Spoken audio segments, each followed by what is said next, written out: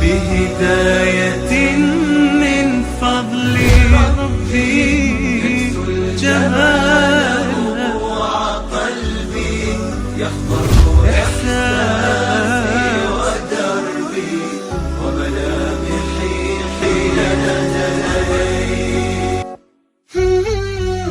نور الهداية زار صدري هو مبتدأ السلام عليكم ورحمة الله وبركاته.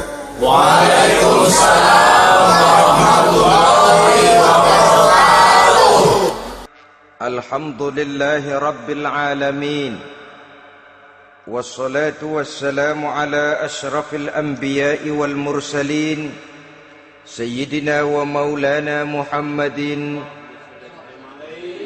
وعلى آله وأصحابه المجاهدين الطاهرين. Amma ba'du.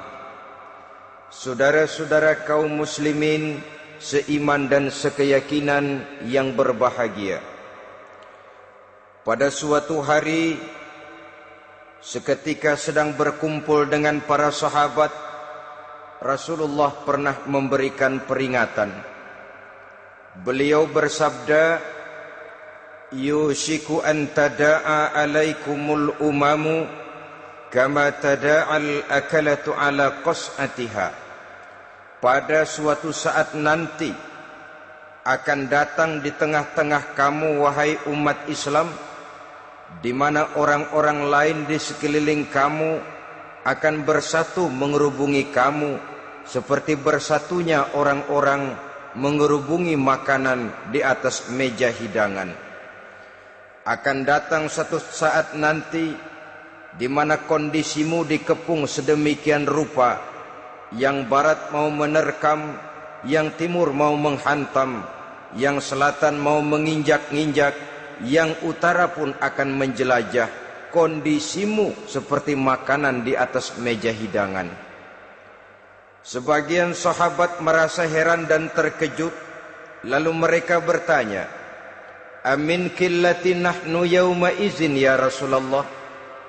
Apakah jumlah kami pada waktu itu sedikit ya Rasul? Kami sampai dikepung sedemikian rupa? Beliau menjawab, bal antum yawma izin kathir. Sama sekali tidak. Kamu tidak sedikit pada saat itu. Bahkan jumlahmu sangat banyak. Kamu adalah mayoritas. Walakinnakum ghusa'un ka ghusa'is sail. Tetapi keadaanmu saat itu persis seperti buih di lautan. Banyak tetapi centang perenang. Banyak tetapi tidak punya daya dan kekuatan.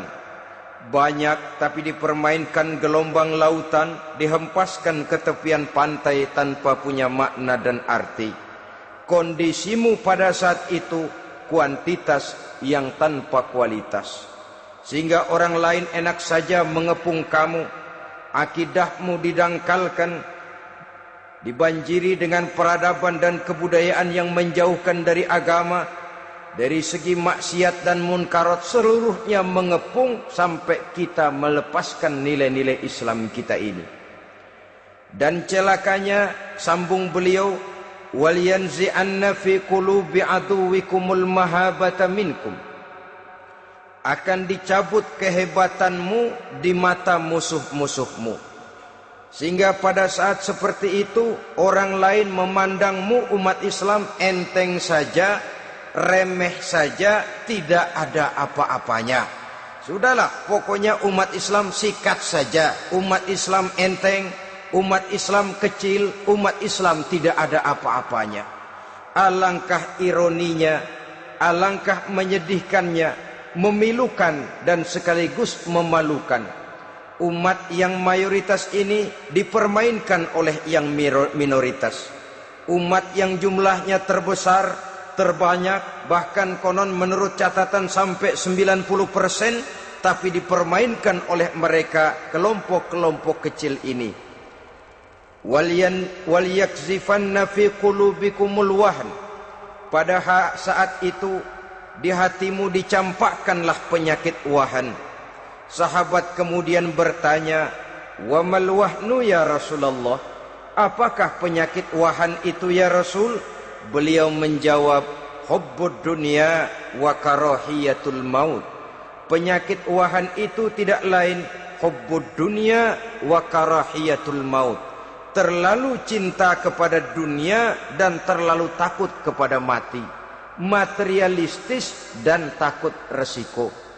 Dua penyakit inilah yang menyebabkan walaupun umat ini mayoritas, tapi dipermainkan oleh yang minoritas. Walaupun dia golongan terbesar, tapi nasibnya seperti makanan di atas meja makan. Dari segala macam penjuru mau menghantam dia. Saudara-saudara kaum muslimin yang berbahagia, ini merupakan analisa sosial bahwa pada satu saat nanti akan terjadi di tengah-tengah umat di mana kita dihantam dan diserbu dari segala macam penjuru. Akidah didangkalkan, peradaban dan kebudayaan dirusak, makanan dan minuman diracuni, pakaian ditelanjangi dan lain sebagainya, sampai kita melepaskan nilai Islam yang kita cintai ini. Kondisi sosial ini satu saat akan datang kepada kita. Demikian analisa dan peringatan dari Rasulullah sallallahu alaihi wasallam. Marilah sekarang kita melihat, adalah benar bahwa di zaman sekarang kita insya Allah tidak akan mengalami perang Badar sehebat yang pernah dialami oleh Rasul dan para sahabatnya. Tetapi sesungguhnya perang yang kita hadapi di zaman sekarang ini tidak kalah hebatnya dengan perang Badar, tidak kurang dahsyatnya dengan perang Uhud, tidak kurang ngerinya dari perang Khandaq. Hanya saja yang kita hadapi sekarang ini bukan ujung pedang, bukan ujung tombak, bukan ujung panah.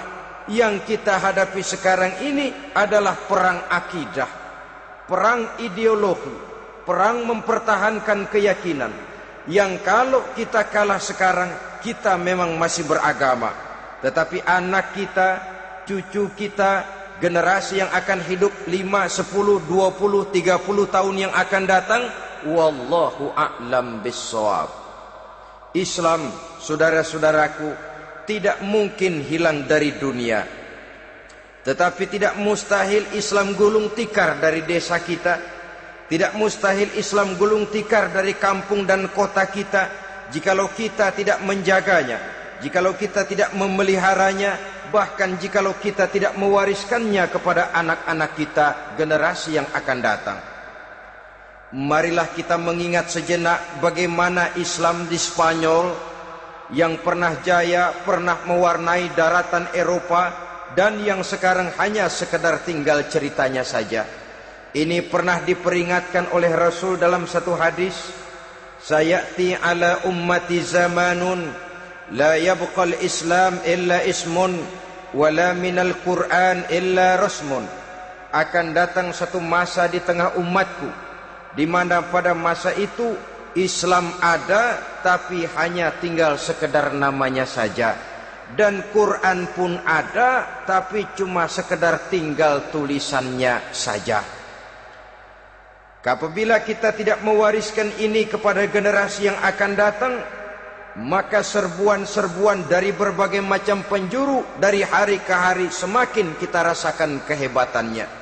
Tidak mustahil sejarah Spanyol akan terjadi di desa kita, akan terjadi di kampung kita, akan terjadi di kota kita. Orang Spanyol kalau mereka cerita kepada anaknya, mereka akan cerita, "Nak, di sini dulu ada masjid." Kapan, Pak? Dulu bener dah. Banyak orang Islam kalau hari Jumat pada sembahyang, kapan itu, Pak? Dulu sekali. Sekarang cuma sekedar tinggal ceritanya saja.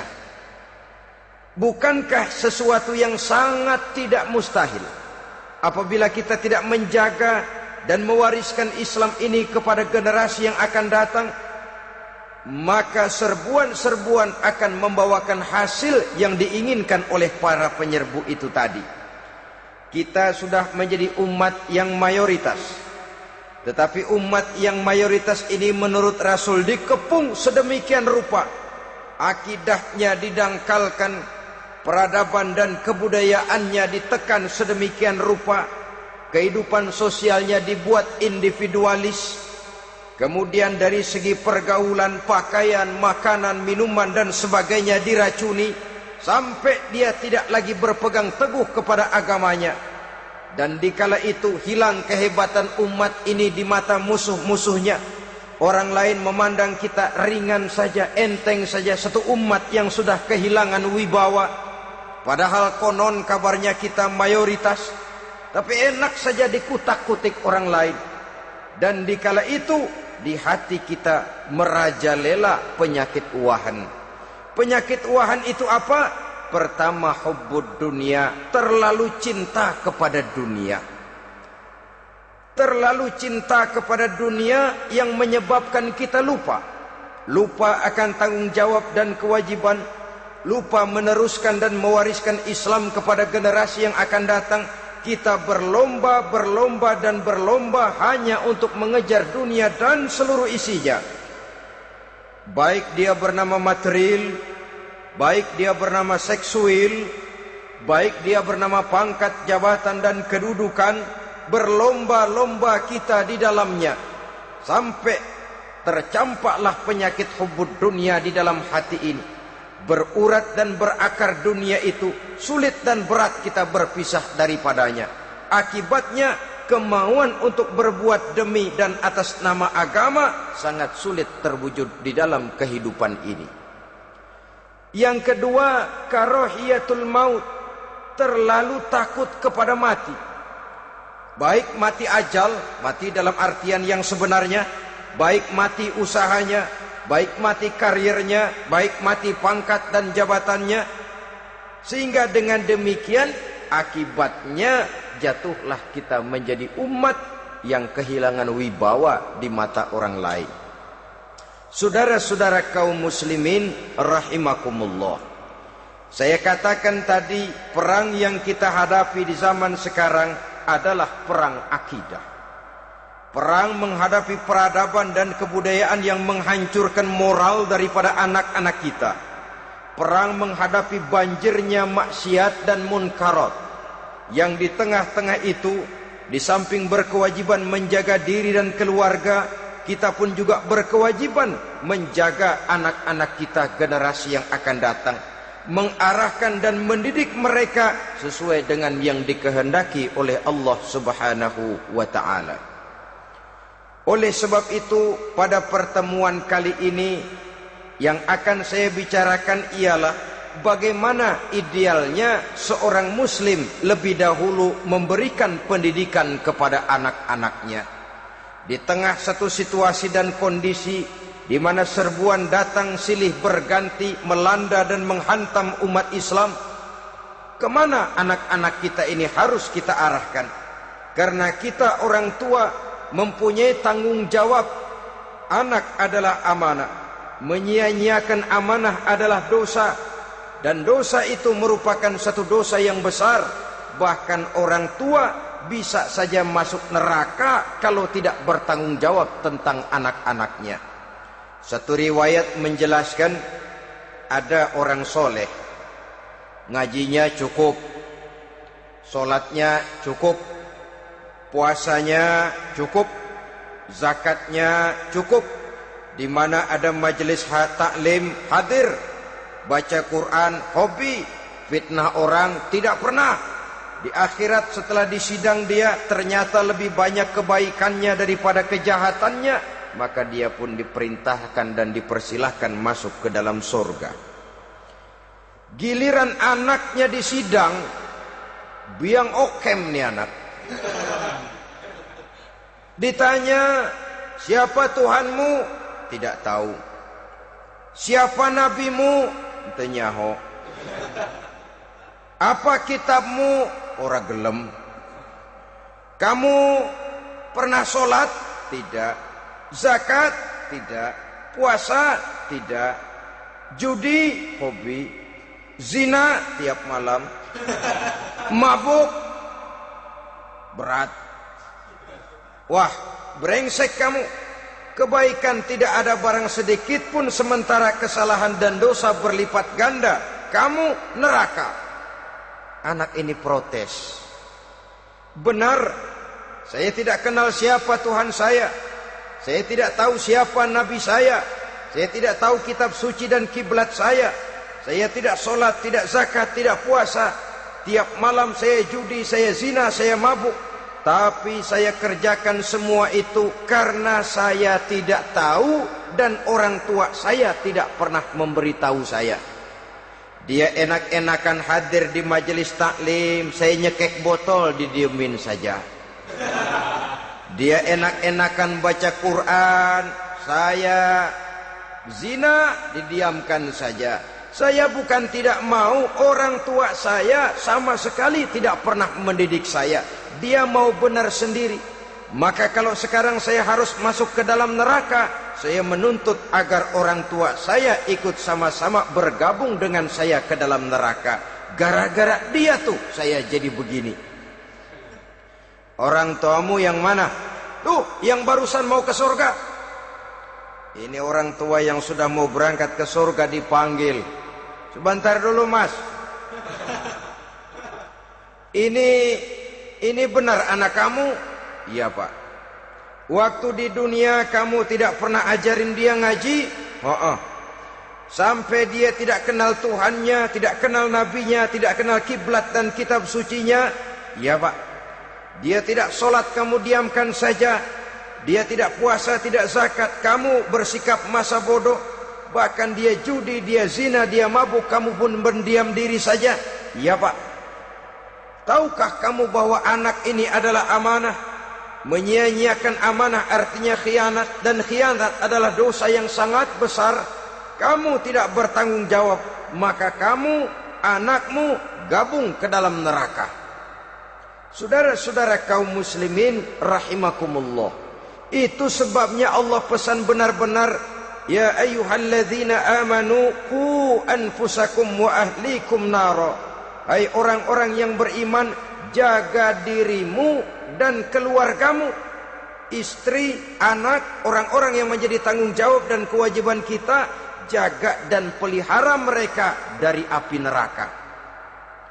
Saudara-saudara kaum muslimin, lalu kalau kita orang-orang tua yang hidup di zaman sekarang ini sudah sering beristighfar, mengurut dada, melihat situasi, membaca peta keadaan, konon tantangan yang akan dihadapi oleh anak-anak kita 15, 20, 25 tahun yang akan datang jauh lebih berat dari apa yang kita hadapi sekarang ini. Maka adalah wajar jika kita sebagai orang tua yang cinta kepada agama, cinta kepada anak-anak kita, berpikir untuk mewariskan nilai-nilai yang luhur ini kepada anak-anak kita generasi yang akan datang. Bagaimana pada mulanya kita harus mendidik mereka? Mari kita telusuri apa yang dicontohkan oleh Al-Quranul Karim. Orang-orang tua bijaksana yang diceritakan dalam Al-Quran, kalau sudah berpikir tentang anak-anaknya generasi yang akan datang, pendidikan pertama yang diberikan kepada anaknya ternyata adalah persoalan akidah.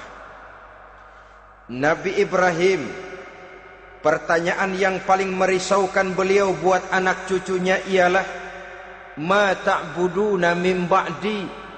Saudara bisa lihat surah Al-Baqarah ayat 133. Anak-anakku, kalau pada satu saat nanti aku, ayahmu ini sudah tidak ada lagi, meninggalkan kamu semua, meninggalkan kehidupan dunia ini, ma ta'buduna min ba'di, apa yang akan kamu sembah nak kalau ayah sudah tidak ada lagi? Jikalau ayahmu sekarang masih rajin ke masjid, melakukan rukuk dan sujud, i'tikaf dan membaca Quran, kalau satu saat ayahmu meninggalkan dunia ini, masihkah engkau mau ke dalam masjid? Masihkah engkau rukuk dan sujud? Masihkah engkau i'tikaf? ma ta'buduna min ba'di, apa yang akan kamu sembah kalau aku ayahmu tidak ada lagi, nak? Ditanamkan bukan hanya keyakinan bertauhid, sekaligus juga menyembah kepada Allah yang kita yakinkan dengan tauhid itu tadi. Bukankah berbeda dengan kita kebanyakan orang tua sekarang? Kita tidak pernah berpikir ma ta'buduna min ba'di, kalau bapak tidak ada kamu nyembah apa, nak? Kita orang tua sekarang pagi-pagi malah berpikir ma ta'kuluna min ba'di, kalau bapak enggak ada kamu nanti makan apa, nak? Bukan nyembah apa yang kita pertanyakan, bukan nyembah apa yang kita khawatirkan, makan apa, nak? Maka yang dicari lalu sekolah-sekolah yang bonafit, yang tidak peduli apakah itu merusak imannya, mematikan akidahnya, menghancurkan keyakinannya. Yang penting ada jaminan hari depan bisa dapat lapangan kerja. Akibatnya berduyun-duyun orang-orang tua muslim menyekolahkan anaknya di sekolah-sekolah yang bukan Islam, yang nyata-nyata membahayakan akidahnya, dididik dengan kultur dan budaya yang bertentangan dengan nilai-nilai agamanya. Bukankah ini berarti merelakan anak untuk dikafirkan? Bukankah ini artinya menyerahkan anak untuk ditulis menurut selera para pendidik yang tidak sesuai dengan nilai akidah yang dimilikinya? Mengapa kita tidak berpikir seperti Nabi Ibrahim yang sebelum memberikan pendidikan kecerdasan, sebelum pendidikan matematika, IPS, PSPB dan disiplin ilmu lainnya, yang pertama ditanamkan ma ta'buduna min ba'di, kalau ayahmu tidak ada kamu menyembah apa, nak? Menyembah Allah apa nanti malah menyembah harta? Menyembah Allah apa nanti malah mendewa-dewakan pangkat dan jabatan? Menyembah Allah apa malah nanti menyembah alam? Itu yang dikhawatirkan Nabi Ibrahim kepada generasi yang akan datang. Dan itu saudara-saudara yang seharusnya mengkhawatirkan kita kepada anak-anak kita, generasi yang akan datang. Lihatlah serbuan akidah di zaman sekarang ini. Dimanfaatkan kemiskinan kita umat Islam. Diberikan kita tawaran berupa beras, pakaian, obat-obatan, kalau perlu beasiswa, asal bisa melepaskan keislaman kita ini. Bertahap, sedikit demi sedikit, step by step, shibran bi shibrin wa zira'an bi zira'in. Dan harus saya ingatkan, orang di zaman sekarang tidak mungkin menghantam Islam secara frontal. Tidak mungkin menghantam Islam terang-terangan, apalagi mengerahkan satuan militer. Tidak. Orang berhitung bagaimanapun kondisi dan kualitasnya umat Islam, mereka masih punya satu modal penting, fanatisme agama. Kalau ini disulut, api jihad segera berkobar, dan hanya maut yang bisa menghentikan orang yang dibakar dengan semangat jihad. Orang tahu itu. Betapa Uni Soviet kedodoran menghadapi mujahidin Afghanistan yang disulut oleh semangat jihad yang berkobar dengan persenjataan yang primitif ketimbang persenjataan Uni Soviet. Entah mereka pantang surut mundur ke belakang. Jadi jangan mimpi bahwa orang mau menghantam Islam ini dengan melarang pengajian, meruntuhkan masjid, menyegel pondok pesantren. Tidak. Melarang orang sholat, tidak. Kalau perlu masjid diperbanyak, musola diperbesar. Tapi bikin itu masjid seperti museum, besar, megah, mercusuar, tapi bikin seperti museum. Tempat orang kagum, tempat orang memuji, tapi sunyi dari nilai-nilai ibadah. Saudara-saudara kaum muslimin, untuk sampai kepada penghantaman akidah, jalan yang paling mudah dirintis sekarang ini secara bertahap dan sistematis, memisahkan umat Islam dari Islamnya. Biarkan mereka bernama Muslim, biarkan di atas kartu penduduknya tertulis agama Islam. Tapi tanamkan budaya-budaya yang menyebabkan cara bergaul mereka, cara berumah tangga mereka, cara bertetangga mereka, sampai kepada cara mereka berpakaian, cara mereka bergaul, cara mereka makan dan minum, cara mereka mendidik dan menyekolahkan anak, sama sekali tidak lagi mencerminkan nilai-nilai yang islami. Itu sudah satu usaha yang paling praktis, memisahkan umat Islam dengan Islamnya. Kalau sadarlah kita ke arah ini usaha orang di zaman sekarang, maka yang harus pertama kita tanamkan kepada anak-anak kita, didik mereka dengan jiwa tauhid yang mengkristal di dalam batinnya, meresap sampai ke tulang sumsumnya, yang tidak akan sampai pun nyawa berpisah dari badannya, akidah itu tidak akan berpisah dari hatinya. Bahkan dia sanggup dengan tegar berkata, lebih baik saya melarat karena mempertahankan iman daripada hidup mewah dengan menjual akidah. Satu khittah, satu garis kehidupan yang perlu kita wariskan kepada anak-anak kita, generasi yang akan datang. Dahulu ada satu tradisi, saudara-saudara. Kalau anak gadis kita dilamar orang lalu bertanya, anakmu mau ngelamar gadis saya, apa sudah khatam Quran berapa kali? Apa sudah bisa baca kitab macam-macam dan lain sebagainya?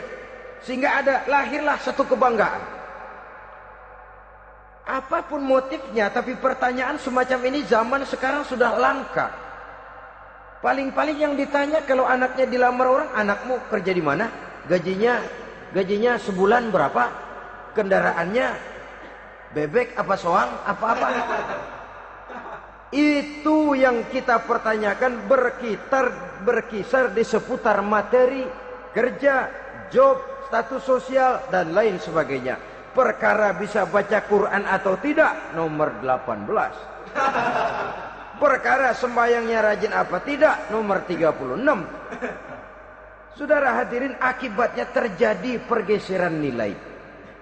Maka mendidik anak menurut tuntunan Quran adalah seperti yang diberikan contoh oleh Luqmanul Hakim, yang diceritakan dalam surah Luqman mulai ayat 11 dan selanjutnya. Apa pendidikan pertama yang harus kita berikan kepada anak? Pertama, ya bunayya la tusyrik billah. Wahai anakku, jangan sekali-kali engkau menyekutukan Allah. Nak, jaga tauhid, pelihara iman, mantapkan akidah. Ini dasar yang pertama. Belum lagi anak mengenal berbagai macam disiplin ilmu, yang pertama ditanamkan tauhid. Ini yang mendasari kehidupan.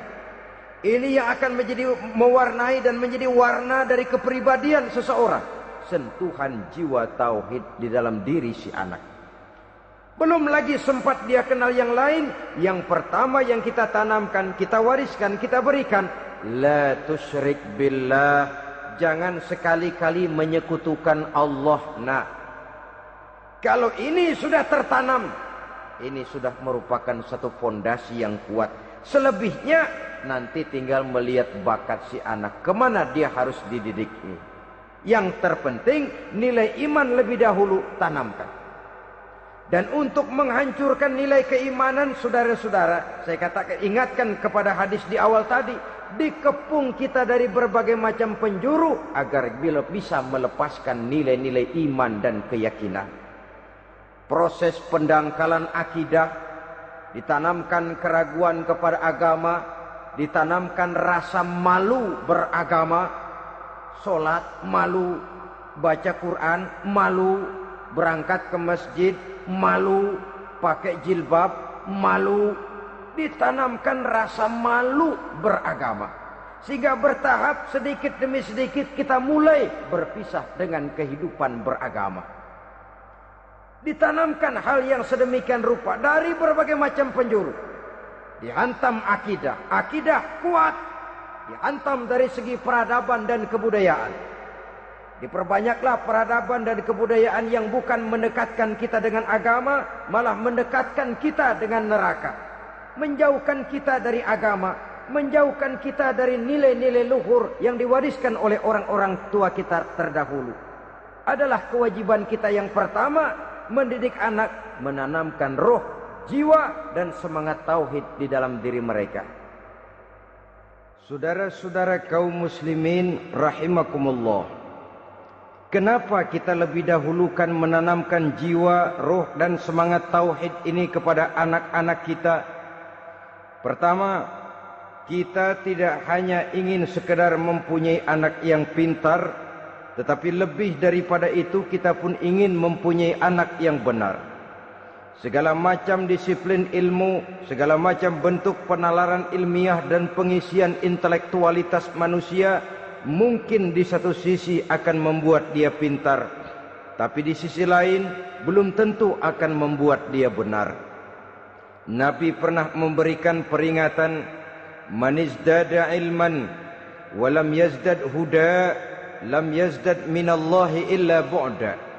Orang yang hanya bertambah ilmu pengetahuannya tapi tidak bertambah hidayah dari Allah, tidak makin mantap keimanannya, maka seluruh nilai-nilai ilmunya hanya akan menjauhkan dia dari Allah Subhanahu wa taala. Dan adalah lebih merupakan azab daripada nikmat kalau kita diberikan ilmu pengetahuan yang hanya akan menyebabkan kita semakin jauh dari Allah Subhanahu wa taala. Yang kedua, sesungguhnya roh, jiwa, dan semangat tauhid yang melekat dalam diri anak pada puncaknya akan melahirkan satu disiplin murni yang tumbuh dari dalam dirinya sendiri, di mana si anak dalam kehidupannya merasakan dimanapun dia berada, kemanapun dia pergi, ia selalu merasakan kehadiran Allah dekat dalam hidupnya. Ia sadar sesadar-sadarnya bahwa tidak ada satu perbuatan yang bagaimanapun kecilnya yang bisa disembunyikan dari kekuasaan Allah Subhanahu wa taala.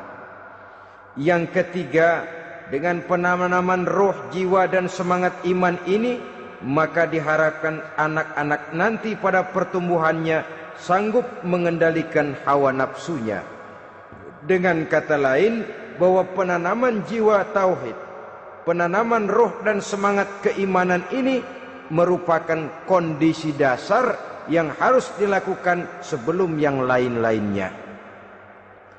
Kemudian pendidikan kedua yang diberikan oleh Al-Quran melalui contoh dan model dengan Luqmanul Hakim ini, setelah menanamkan tauhid, ditanamkanlah kepada si anak ini rasa hormat kepada orang tuanya. Wa wassaynal insana biwalidayhi, dan kami wasiatkan kepada manusia untuk berbakti kepada ibu bapaknya. Hamalathu ummuhu wahnan ala wahnin, karena ibunya telah mengandungnya dengan kepayahan di atas kepayahan. Maksudnya dengan kepayahan dan kelelahan yang berlipat ganda. Sehingga ketika Rasul ditanyakan orang, "Ya Rasul, siapa yang paling harus saya taati di dunia ini?" Beliau menjawab, "Ibumu." Kemudian, "Siapa lagi ya Rasul?" "Ibumu." Setelah itu, "Siapa lagi ya Rasul?" "Ibumu." Dan kemudian, "Siapa ya Rasul?" "Bapakmu." Ibu, ibu, ibu, bapak. Bahkan al-jannatu tahta aqdamil ummahat, surga berada di bawah telapak kaki ibu. Bagaimana menanamkan rasa hormat kepada orang tua di hati anak? Tentu yang pertama, bagaimana orang tua bisa memberikan keteladanan. Marilah kita sebagai orang-orang tua ini menyadari bahwa sebelum anak kenal sekolah dasar, sebelum anak kenal TK, ibtidaiyah, sanawiyah, sampai kepada perguruan tingginya, yang pertama dia kenal adalah lingkungan rumah tangganya, gurunya adalah ibu bapaknya. Di sini berlakulah apa yang dinamakan keteladanan. Keteladanan jauh lebih berhasil daripada sekedar teori-teori yang muluk. Keteladanan jauh lebih berhasil daripada berbagai macam indoktrinasi dan penataran. Kurangnya keteladanan akan menyebabkan anak mencari pola. Apabila kita orang tua ini tidak bisa memberikan keteladanan yang baik kepada anak-anak kita, maka pada suatu saat anak-anak akan menganggap enteng dan kehilangan wibawa kita sebagai orang tua di mata mereka. Dikala itu akan sangat sulit kita membentuk kepribadian mereka. Bukankah di zaman sekarang ini kita banyak mengalami krisis wibawa, krisis figur? Ada yang karena rapotnya merah melulu, gurunya dikeroyokin. Pak guru pulang sekolah dicegat. Bahkan nyaris ada orang tua pernah dibunuh oleh anaknya sendiri. Dan lain sebagainya, kasus-kasus yang sebenarnya tidak perlu terjadi. Karena memang bukan saja bertentangan dengan nilai budaya kita sebagai bangsa, tapi juga bertentangan dengan ajaran agama kita sendiri. Krisis wibawa, krisis figur, yang juga akibatnya harus kita sadari banyak faktor yang membentuk kepribadian anak. Pergaulannya, yang dibacanya, yang ditontonnya, yang disaksikannya di dalam kehidupan. Benar kita menyekolahkan mereka, tapi berapa jam mereka di sekolah?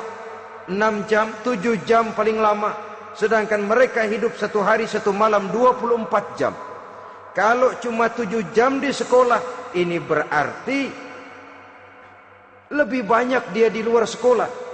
Dan di luar sekolah itu artinya ya rumah tangganya, ya temannya, ya lingkungan di mana dia tinggal, yang seluruhnya sangat besar pengaruhnya dalam ikut membentuk kepribadian anak-anak kita. Saya katakan tadi, di samping kita menghadapi perang akidah, kita pun berhadapan di dalam perang menghadapi peradaban dan kebudayaan yang bukan saja menjauhkan kita dari agama, tetapi sanggup menghancurkan moral daripada anak-anak kita. Secara pribadi, saudara-saudara, saya iri, saya kagum misalnya dengan kemajuan yang diperoleh oleh negara tetangga kita, Jepang misalnya. Padahal tahun 45 ia pun hancur lebur oleh meledaknya atom di Hiroshima dan Nagasaki. Tapi bagai satu tenaga raksasa kemudian Jepang bangkit menjadi satu negara superpower di Asia. Bahkan gurunya saja Amerika sekarang ini kewalahan menghadapi perang dagang dengan Jepang ini. Dan yang menarik, Jepang bisa maju dan modern dengan tetap menjadi Jepang, tanpa harus kehilangan identitasnya sebagai satu bangsa, tanpa harus kehilangan kepribadiannya sebagai satu bangsa. Sebagai negara yang sedang berkembang, kita sering latah. Kita ingin meniru Barat, tapi bukan teknologinya, westernisasinya yang kita tiru. Bukan isinya, kulitnya yang kita ambil. Akibatnya apa? Modernnya belum, orangnya sudah Barat. Bergaulnya sudah cara Barat, berumah tangganya sudah cara Barat, berpakaiannya sudah cara Barat, mendidik anaknya sudah cara Barat. Di mana ketemu orang tua cukup hello daddy.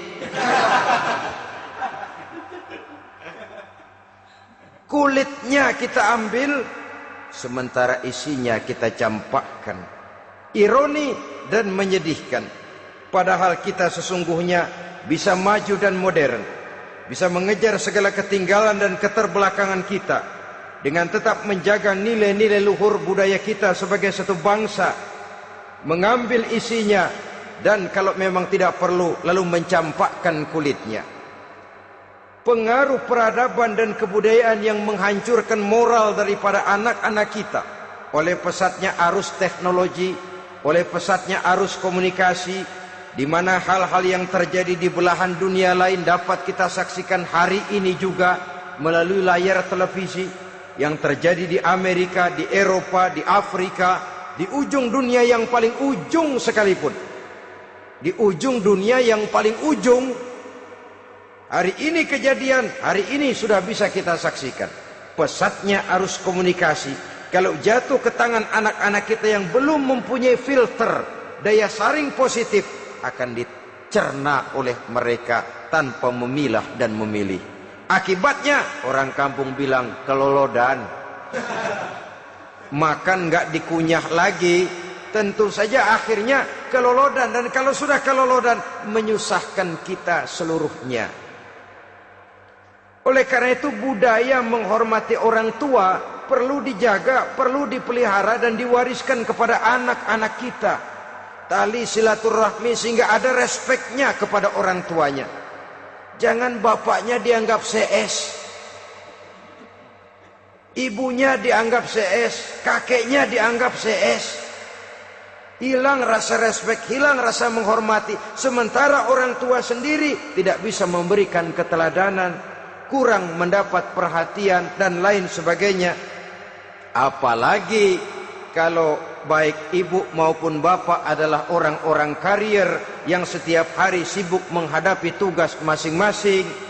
Bapak sibuk rapat, pindah kantor sana kantor sini, ibu sibuk arisan, besarlah anak-anak di tangan pembantu dan lain sebagainya, sehingga dia merasa kurang mendapat perhatian, dan ini akan ikut membentuk warna dari kepribadian yang dimilikinya. Sampai kepada pelosok-pelosok desa, jaringan televisi memang menguntungkan.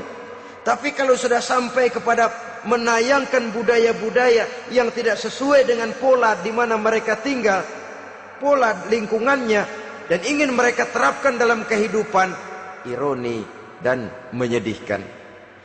Maka sering dikatakan, jikalau ABRI masuk desa, rakyat beruntung. Jikalau listrik masuk desa, rumah jadi terang. Jikalau koran masuk desa, rakyat jadi cerdas. Jikalau hakim masuk desa, rakyat lalu sadar hukum. Tapi jikalau maksiat dan munkarat masuk desa, minuman keras masuk desa, judi masuk desa, pelacuran masuk desa, rakyat tentu kiamat. Dan kita harus punya budaya untuk memilah dan memilih, mempunyai filter untuk jadi daya saring positif. Oleh karena itu saudara-saudara, tahap kedua setelah menanamkan jiwa tauhid kepada anak, tanamkan rasa hormat kepada orang tuanya. Orang tua itu ibu bapaknya, orang tua itu guru-gurunya yang mengajarkan dia, atau yang dianggap tua yang lebih senior dari dia. Karena tidak ada satu peradaban yang berdiri sendiri. Bagaimanapun maju dan modernnya kita sekarang, tentu merupakan mata rantai yang berkaitan dari generasi terdahulu.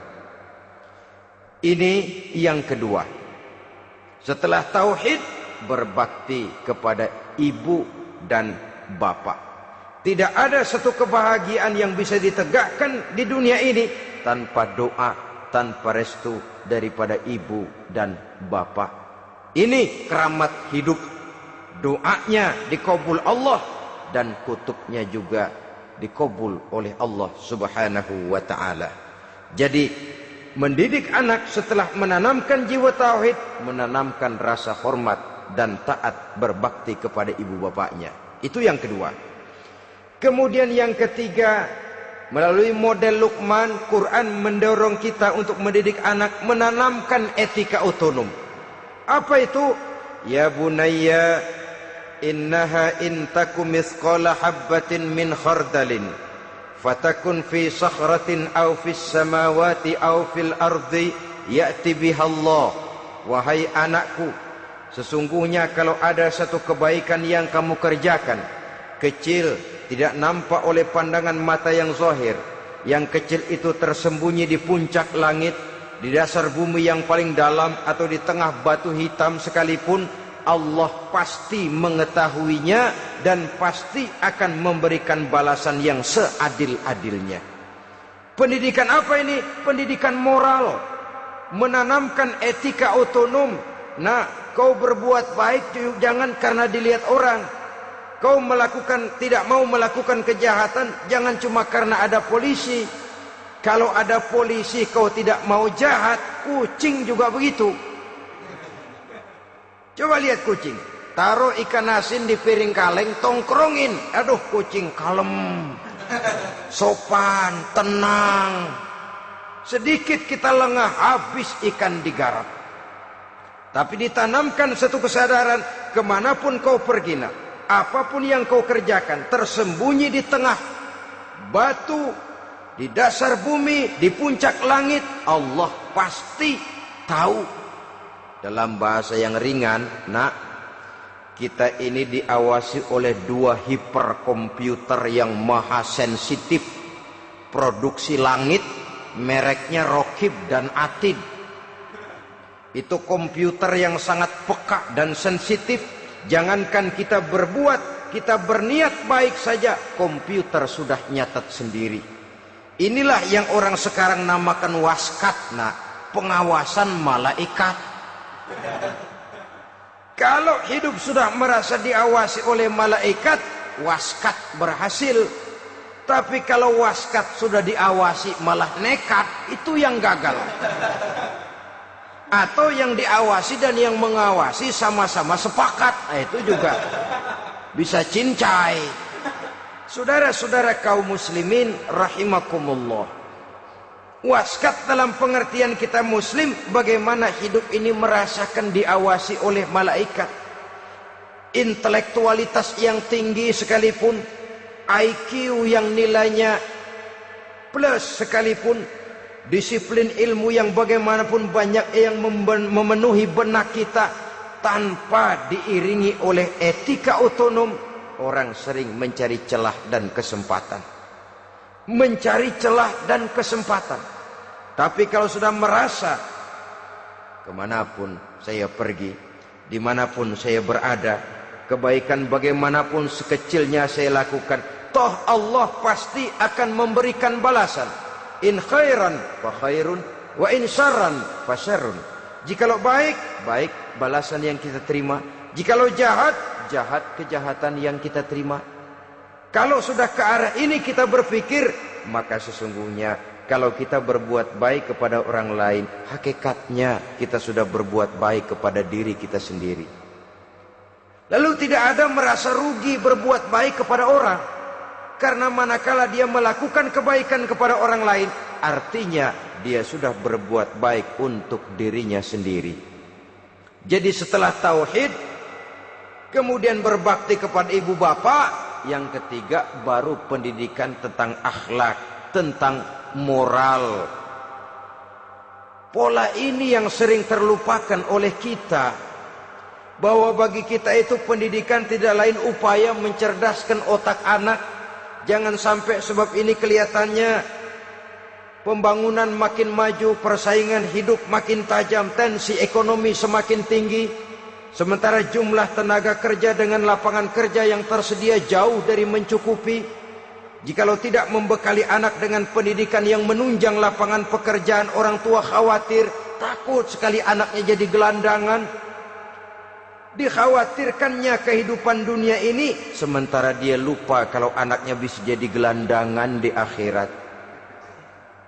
Padahal selama-lamanya gelandangan di dunia, paling seumur manusia itu 60 tahun, 70 tahun lah umur orang sekarang. 70 itu sudah luar biasa itu. Tapi kalau harus menggelandang di akhirat, menjadi gelandangan di akhirat, alangkah menyedihkannya. Apakah akan kita korbankan satu kehidupan yang langgeng, abadi, cuma karena tertipu oleh fata morgana dan kamuflase? Kita korbankan yang sedikit, kita korbankan yang besar karena kita memilih yang sedikit. Dalam bahasa Al-Quran memang pernah diceritakan hidup ini hakikatnya perlombaan, saudara-saudara. Perlombaan. Dan di dalam perlombaan itu ada yang menang, ada yang kalah. Al-Quran lalu memberikan peringatan, Alhaakumut takatsur, kamu telah lalai karena berlomba-lomba memperbanyak harta, mempertinggi pangkat dan kedudukan, hatta zurtumul maqabir, sampai kamu akan masuk ke liang kubur baru sadar. Apalagi kalau nafas sudah sampai di tenggorokan, persis Fir'aun sudah tenggelam di lautan merah, mau mampus, baru dalam sekaratnya, amantu birabbi Musa wa Harun. Kalau begini caranya, saya juga percaya kepada Tuhan Musa dan Harun, percaya kepada Allah. Sudah mau mati, baru amantu birabbi Musa. Kami percaya kepada Tuhan Nabi Musa, kata Fir'aun. Malaikat maut kesel benar, dilelepin terus di laut. Mampus tuh sekalian. Hidup ini memang kita berlomba. Berlomba dengan waktu, berlomba dengan umur, berlomba dengan tenaga, berlomba dengan tetangga. Yang jangankan kita sampai mundur, berhenti saja sejenak, kita akan ditinggalkan oleh yang lain. Tiada kata mundur, bahkan tiada kata berhenti. Sekali kita melangkah, melangkahlah terus. Tapi berlombalah seperti yang dikehendaki Quran. Fastabiqul khairat. Berlomba-lombalah di dalam kebajikan. Jangan berlomba-lomba di dalam kemaksiatan, kemunkaran, kejahatan. Berlombalah dalam urusan kebaikan. Saudara-saudara kaum muslimin rahimakumullah. Tauhid, berbakti kepada ibu bapa, kemudian pendidikan tentang moral. Apabila pendidikan tentang moral sudah tertanam, barulah lihat bakat si anak. Kemana bakatnya? Anak saya kelihatannya dari kecil demennya main bedil-bedilan saja. Abri kali itu. Kirim ke Magelang, masukkan akabri. Tapi dengan syarat 3 itu tadi. Iman sudah tertanam, rasa bakti kepada ibu bapak sudah ada, dan punya nilai moral. Sehingga boleh jadi nanti dia menjadi jenderal yang beriman, yang berbakti kepada ibu bapaknya, dan punya moral yang tinggi. Kan lebih baik rakyat rendah tapi akhlaknya tinggi, daripada pejabat tinggi tapi moralnya rendah. Jauh lebih baik rakyat rendah punya moral tinggi ketimbang pejabat tinggi punya moral rendah. Nilai moral ini yang jadi ukuran dan barometer di masyarakat. Yang ini yang sering kita lupakan, bahwa kehancuran satu bangsa dimanapun di dunia ini selalu dimulai dengan kehancuran moral daripada bangsa itu sendiri. Sekarang membina nilai moral ini berat. Gadis kita, remaja, putri, diberikan pakaian jilbab, mungkin dia sendiri masih setengah-setengah, ditambah lagi oleh ledekan temennya. Jilbab lah kuno, bau sorga lah, bau masjid lah, bau menyan lah.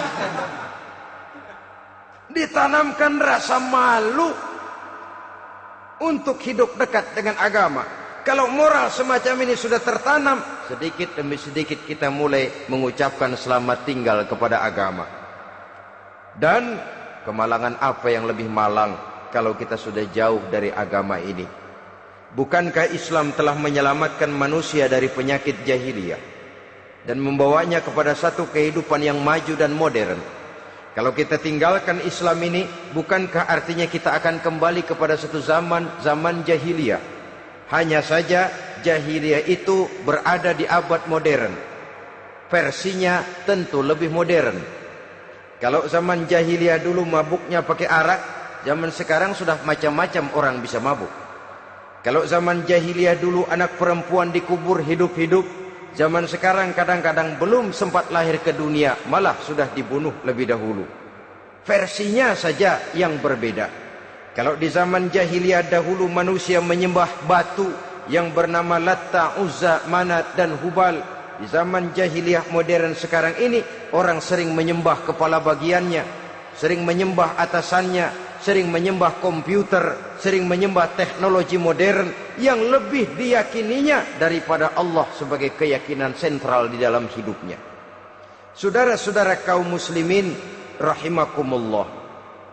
Jadi yang ketiga, nilai moral yang ditanamkan kepada anak-anak kita supaya dia bisa menghadapi tantangan-tantangan hidup yang semakin berat ini dengan tetap berpegang teguh kepada nilai-nilai moral yang diwarnai oleh jiwa keimanannya yang bersumber dari ajaran agamanya. 3. Kemudian yang keempat, barulah tatanan kehidupan sehari-hari. Apa kata Luqman? Ya bunayya aqimis shalah. Setelah bertauhid, berbakti kepada ibu bapa, punya nilai moral, Ya bunayya aqimis shalah, nak dirikan salat. Rumah tangga muslim, anak berumur 7 tahun sudah berani meninggalkan salat, kata Nabi, pukul. Bukan untuk menyakiti, untuk mendidik, karena sayang kepada anak. Saudara-saudara, kita khawatir betul kepada anak. Kalau dia pulang dari sekolah, buru-buru kita sebagai orang tua bertanya, sudah makan nak? Sudah istirahat nak? Tapi jarang kita sebagai orang tua melontarkan, sudah sholat nak? Bahkan kita bisa memberikan sugesti kepada anak. Nah, kalau kau naik kelas 1 sampai naik ke kelas 2, bapak beliin sepeda. Tamat SD nak, motor. Tamat SMP nak, ke Bali kita. Tamat SMA nak, Singapura. Saudara-saudara, tapi kalau untuk urusan sholat misalnya, kita tidak pernah memberikan sugesti kepada anak-anak kita. Nah, kalau kau hafal Fatihah lengkap dengan artinya, bapak beliin sepatu. Nah, kalau kau bisa sholat dengan baik, cukup syarat rukunnya, bapak beliin sepeda. Ada rangsangan, ada sugesti yang membuat anak lebih tergerak untuk hidup dalam suasana keagamaan. Ya bunayya aqimis shalah, nak dirikan sholat. Sebab ini sandaran vertikal yang paling langsung antara manusia dengan Tuhannya. Menyadari bahwa sepanjang yang bisa dilakukan oleh manusia hanyalah berusaha dan berusaha, dan kepastian sepenuhnya ada di tangan Allah. Dengan solat kepribadianmu diperteguh, dengan solat sandaran vertikalmu kepada Allah diperkuat. Dan pada waktunya nanti Al-Quran memberikan bimbingan, hendaklah minta tolong kepada Allah dengan sabar dan tetap mendirikan solat. Ya bunayya aqimis shalah. Setelah itu, wa'mur bil ma'rufi wanha 'anil munkar. Tegaklah membina yang ma'ruf, tegaklah mencegah yang munkar. Ini sikap hidup sudah. Solat tadi tugas hidup. Lalu sikap hidup tampil di tengah masyarakat, membina yang ma'ruf, mencegah yang munkar sesuai dengan kesanggupan masing-masing.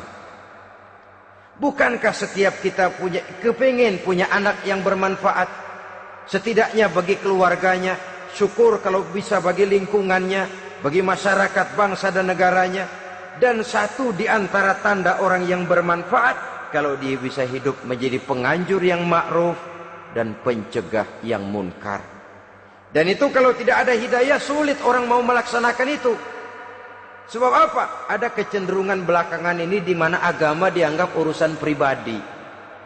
Sehingga orang lalu sering bilang, jangan bawa-bawa agama dah, itu kan bukan urusan agama. Ini sudah ciri berpikirnya sekuler. Jangan bawa-bawa agama. Agama urusan pribadi, artinya orang mau sholat mau enggak, jangan bilang apa-apa dah. Urusan dia sendirian. Dia mau puasa dia enggak, merdeka saja, urusan pribadi. Agama bukan persoalan pribadi. Apalagi jika sudah menyangkut amar ma'ruf dan nahi munkar. Siap menegakkan yang baik, mencegah yang munkar, untuk tegaknya satu masyarakat yang diwarnai oleh kebaikan dan terhindar dari segala macam kejahatan. Dan terus ayat-ayat selanjutnya mencerminkan sikap hidup. Namun yang intinya, cara mendidik anak yang baik, yang dicontohkan oleh Al-Quran dengan Luqmanul Hakim sebagai model. Pertama, tanamkan tauhid. Yang kedua, tanamkan rasa hormat dan berbakti kepada ibu bapaknya. Yang ketiga, tanamkan moral, nilai akhlak yang tinggi. Setelah itu yang keempat, biasakan hidup dalam suasana keagamaan. Kontrollah sholatnya, kontrollah baca Qur'annya, kontrollah puasanya di bulan Ramadan.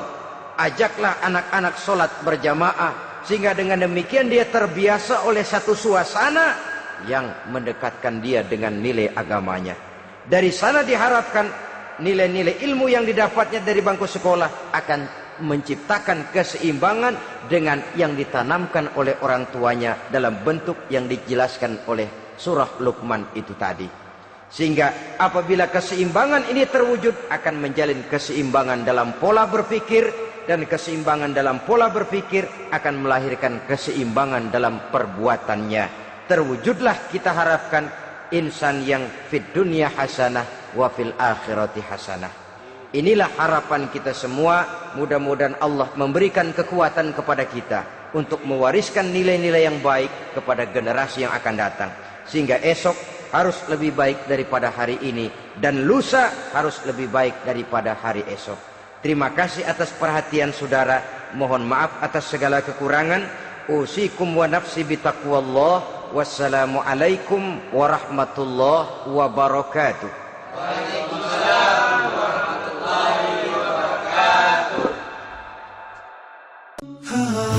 Bihidayatin min fadli Rabbi jamal wa qalbi yakhbar ihsan ودربي وملامحي حين ناديت.